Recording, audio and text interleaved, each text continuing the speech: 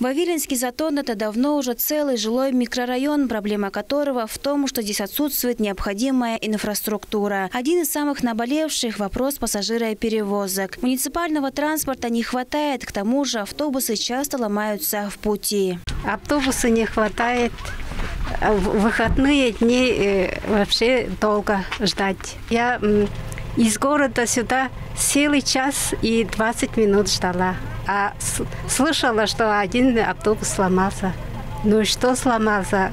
Людям же надо ехать. А если зима, то трудно. С открытием на ЛДО своей школы транспортный вопрос для некоторых решился сам собой, но только для тех, кто живет рядом в шаговой доступности. Остальным, особенно в часы пик, все равно приходится ездить в битком набитых автобусах. Мы надеялись в связи с тем, что на ЛДО школу построили, да, там более 1500 человек детей учатся. Думали, нам этот маршрут немножко, он, так сказать, даст возможность каких-то перестановок, потому что очень много приходилось уделять внимание именно 13-му маршруту до ЛДО. Ну, как показывает практика, ситуация с количеством жителей не изменилась. То есть постоянно автобусы, так как они переполнялись, так они продолжают. Очень много людей едет с ЛДО. Как сообщают представители мэрии, по маршруту Кызыл-Вавилинский Затон ездят 5 автобусов. Жалобы жителей свидетельствуют, что этого недостаточно. Напомню, что столице передана первая партия ЛиАЗов, снята с учета в связи с модернизацией автопарка Москвы. 40 автобусов мы надеемся получить. На сегодняшний день получили 11 автобусов. Вот 12-й автобус находится в Красноярске, тоже должен на подходе быть. Вот я их лично сам все обошел, и в салон, и моторы показали, все. Максимум 4 автобуса мы можем запустить. Очень большой износ автобусов идет. То есть, в таком виде они уже к нам приезжают. Количество автобусов так или иначе увеличивается, чего не скажешь о водителях, сетуют в мэрии. Работодатель готов предоставить и достойную зарплату, и полный соцпакет. Но сегодня нехватка специалистов, готовых работать на городских маршрутах, продолжает усложнять ситуацию.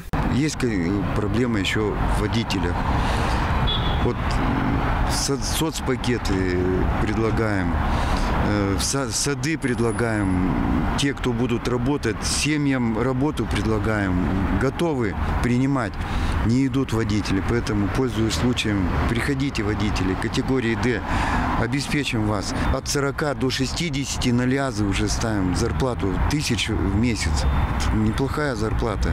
То есть готовы принимать людей. Сегодня острая нехватка автобусов стоит по направлениям Вавилинский Затон, Байхакское ЛДО, Дальний Каахем и другие. Вопрос пассажироперевозок сложный, и для ее решения требуется взаимодействие всех ответственных министерств и ведомств. Вопрос по субсидированию рейсов в части возмещения тех затрат, которые на сегодняшний день несут перевозчики по межмуниципальным маршрутам.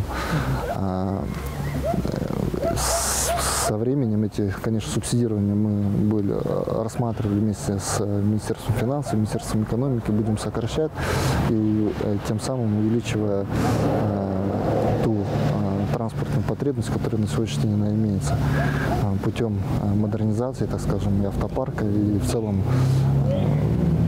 открытию новых механизмов каких-то решений этого сложной задачи. В ведении Кызылгортранса 48 автобусов, из которых больше 10 нуждаются в ремонте. К сожалению, ремонт требуется и новым в кавычках московским ЛиАЗом. Айра Сад, Владимир Суштюк, Чайхан Донгак, Мирана Иргит, Тува 24.